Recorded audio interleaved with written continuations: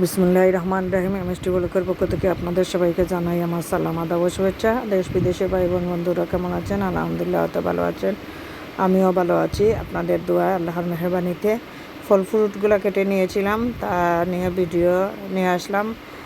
এই আমাদের উঠানে খানির আয়োজন করা হয়েছে তেরফল বিছিয়ে 40 জনের মতন, বাচ্চা থেকে বয়স্ক সবাই যারা ছিল বাড়ির পুরুষরা, তারা আমি ফল ফ্রুটের ভিডিও করতেছিলাম। আর প্লেটে রেডি করা হচ্ছে খাবার দাবার সন্ধ্যার আগে।